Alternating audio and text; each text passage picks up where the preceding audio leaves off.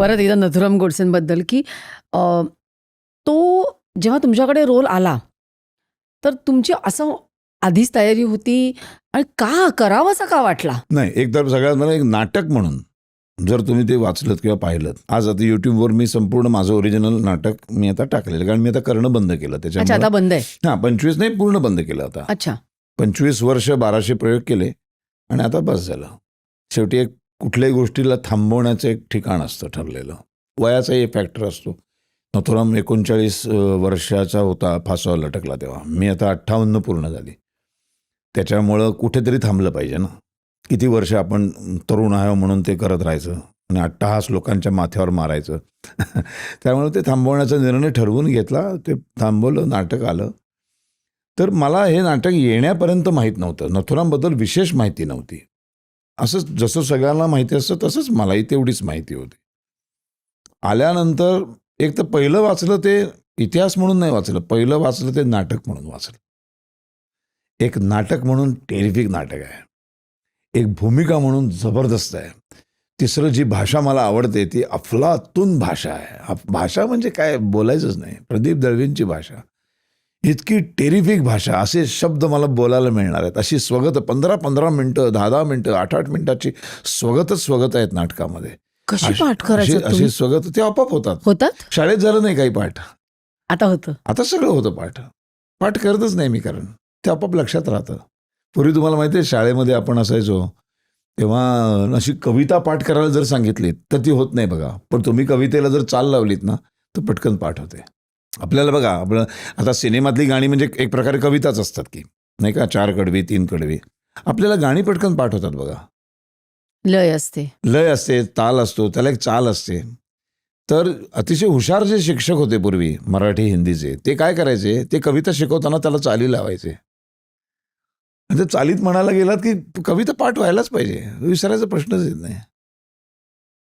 तशी गाणी पाठ होतात. तसं त्यांची आवड पाहिजे हो. मला भूगोल, इतिहास असा असल्यामुळे त्याच्यात फार इंटरेस्ट नव्हता. भूगोल, भूमिती, बीजगणित हे सगळे विषय असायचे ना. इंग्रजीचं तर आमचं कधीच पटलं नाही, आयुष्यात पटलं नाही. त्यामुळे ते शेवटपर्यंत इंग्रजी ही दुरावलेलीच राहिली, ती सावत्र राहिली माझ्यासाठी. तर ते कधी पण जमलं नाही त्यांच्याबरोबर आमचं. पण नाटकात आलं की कसं ते लगेच ते पाठ व्हायला वेळच लागला नाही कधी. ती भूमिका मी अंगात कधी स्क्रिप्ट संचारते. सोडलं होतं मला कळलंच नाही. मी नथुरामचं स्क्रिप्ट सोडून मी बोलायला कधी लागलो मला माहितीच नाही. पाठ अंतर 2-2 तास नॉनस्टॉप बोलतोच आहे. जगलात म्हणजे तुम्ही त्या काळात ती भूमिका. ते प्रत्येक भूमिका ही तेवढ्यासाठी जगावी लागते. पण जगत असताना आतला माणूस विसरायचा नसतो. म्हणजे काय? म्हणजे हे जे काही लोक बोलतात की भूमिकेत शिरल्यानंतर आम्ही आमचे राहत नाही, तर हे खोटं आहे. हे धादांत खोटं आहे. मी जेव्हा नथुरामची भूमिका स्टेजवर करत असतो तेव्हा आतला शरद पोंक्षे जागा असतो. तो आतला शरद पोंक्षेला हे माहीत असतं की योग्य वेळेला म्युझिक आज वाजलं नाही. आतल्या शरद पोंक्षेला त्या वाक्यावर एकाची एंट्री आहे, ती एंट्री त्यांनी नाही केली, एक क्षणभर लेट केली, त्याच्यामुळं गडबड झाली, हे त्याला कळत असतं. जर मी नथुराममय झालो तर मग मला म्युझिक वाजलं कळणार नाही. मला म्युझिक इथे सोडायचं आहे, त्याला त्या 2 वाक्यांच्या मध्ये मला गॅप द्यायचा आहे. हे शरद पोंक्षेला कळतं, नथुरामला नाही कळणार. हे शरद पोंक्षेला कळतं, देवराम खंडगेला नाही कळणार. हिमालयाच्या सावलीतल्या कर्वेंची भूमिका करणारे कर्वेंना नाही कळणार आहे. ते शरद पोंक्षेला कळत असतं. तो आतला जागा असणं, 24 तास आतला माणूस पूर्ण जागा असतो. ऑन दी स्पॉट नथुराम करताना तर दुसरी व्यवधानं इतकी असायची की ऑडियन्समधला कोण कुठून काही मला मारेल का? ऑडियन्समध्ये बसलेल्यांपैकी कोणी बंदूक घेऊन आलंय का?